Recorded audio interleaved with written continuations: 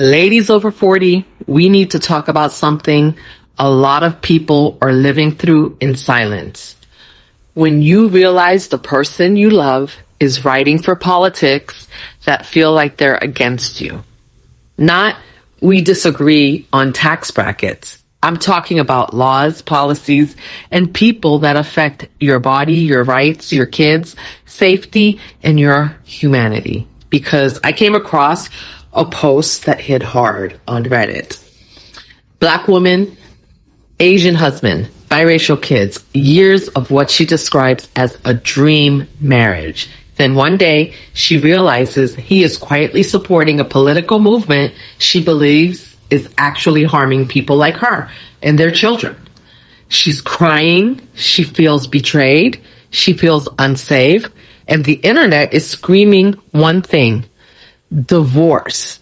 But real life is not always that simple, especially after 40, especially with kids, and especially when money, immigration, and safety are in the mix. So today, we're going to talk about what's really happening underneath these politics. Why so many of us ignore the signs? What can you do if you're in this situation?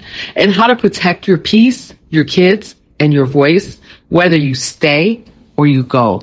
This is not about villainizing one side.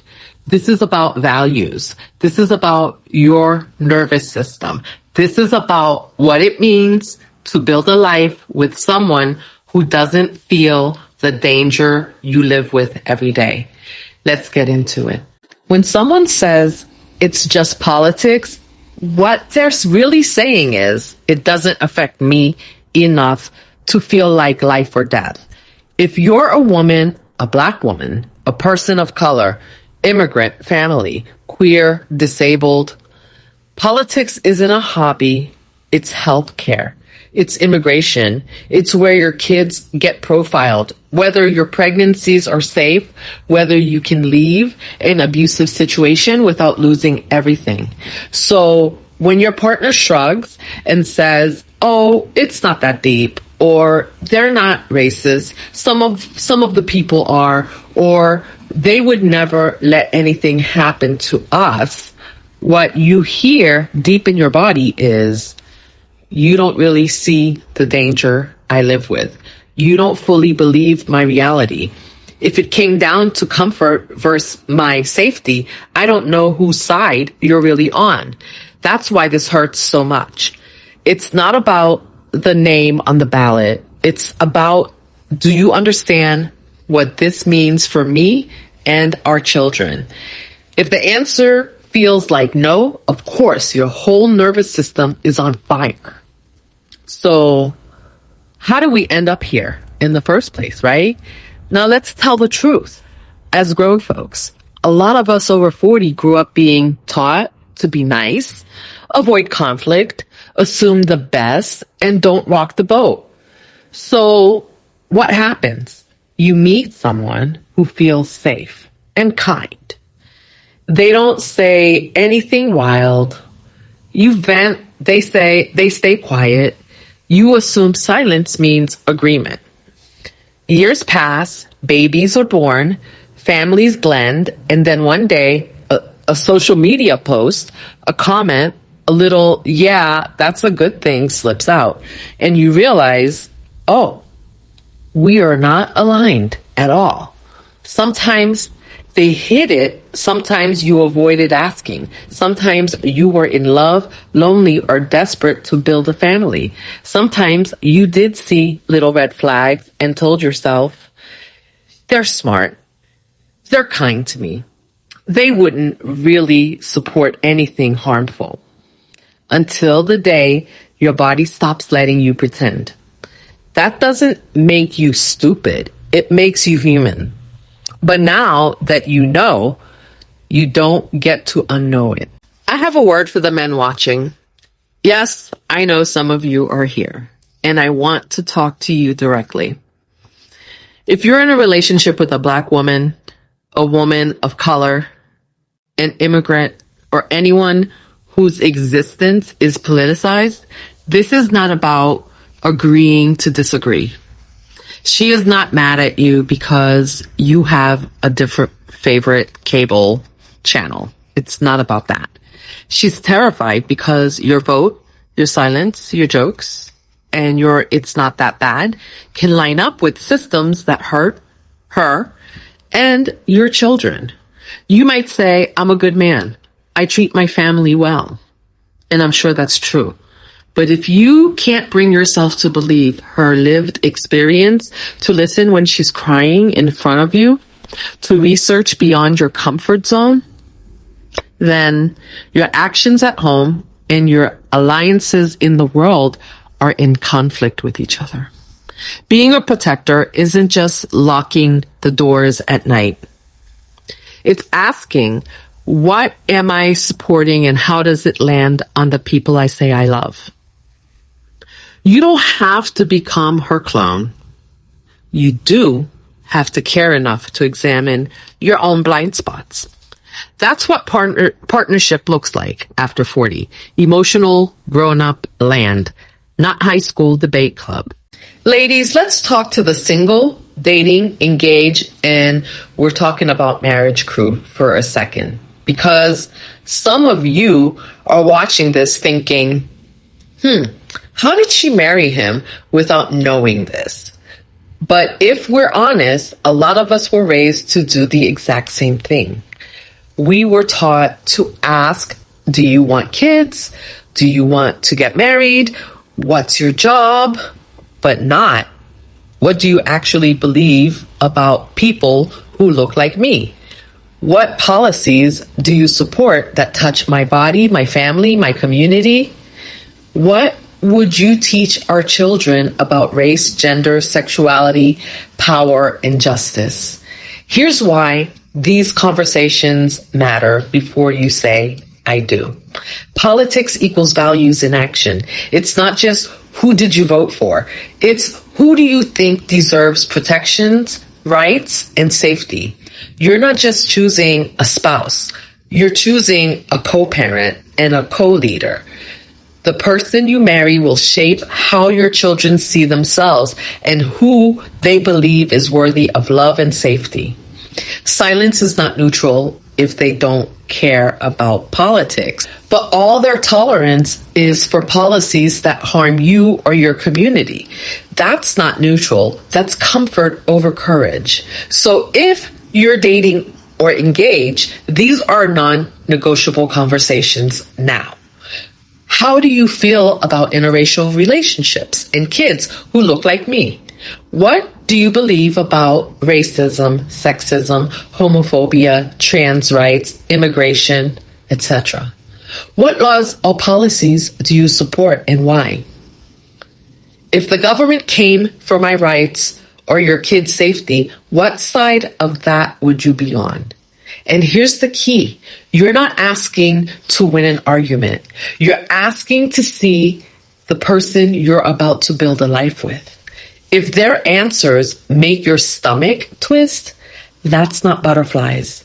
That's your spirit saying, do not sign contracts with someone whose values are a threat to your survival. It's better to break up while you're still splitting brunch bills than to be sitting in family court years later trying to protect your kids from a worldview you knew you couldn't live with.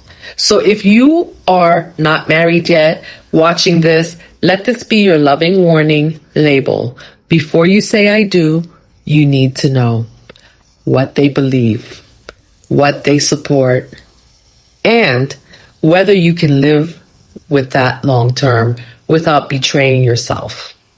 That's not being too picky. That's emotional and spiritual due diligence.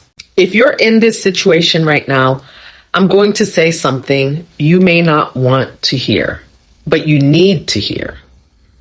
You only really have 3 options. Stay and shut down your truth to keep the peace. Stay and do the hard work of facing this together. Leave and rebuild your life in alignment with your values. Let's walk through all of these. Okay, so option one, stay and swallow yourself. This is what a lot of women end up doing at first. You go quiet, you stop bringing up the hard stuff. You talk about surface things, kids, schedules, who's picking up the groceries. And of course, he says, we're getting along so much better lately because you stopped telling the truth. He's happier because you disappeared. This might work for a while, but long term, your body will keep the score. The resentment will leak out. You'll feel more alone in the marriage than you ever did single. And your children will learn from you what love and loyalty are supposed to feel like. Ask yourself, do I want my daughter to silence herself to stay happily married? Do I want my son to grow up thinking love means ignoring the harm done to people who look like his mother? If the answer is no, then option one is not really an option. Now you have option two. You stay but tell the truth. This is where the grown, uncomfortable work lives. It sounds like I am not trying to change your vote.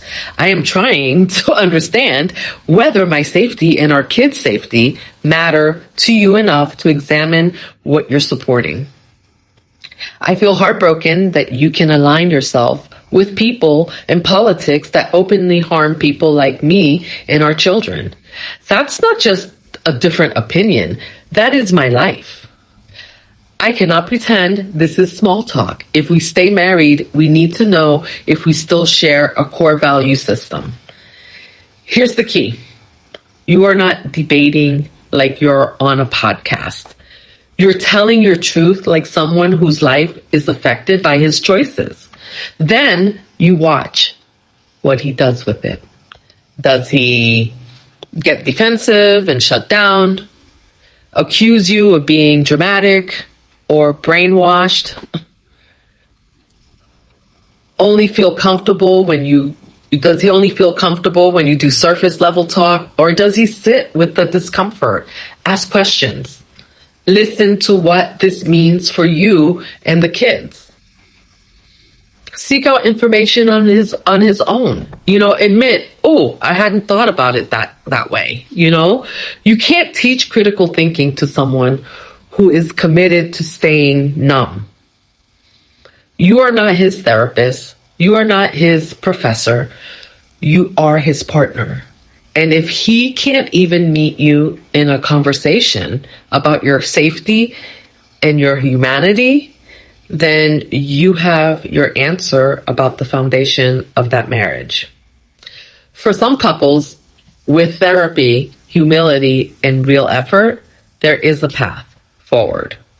For others, the gap is a canyon. So you have option 3, leave and protect your future. I'm not here to tell you, divorce.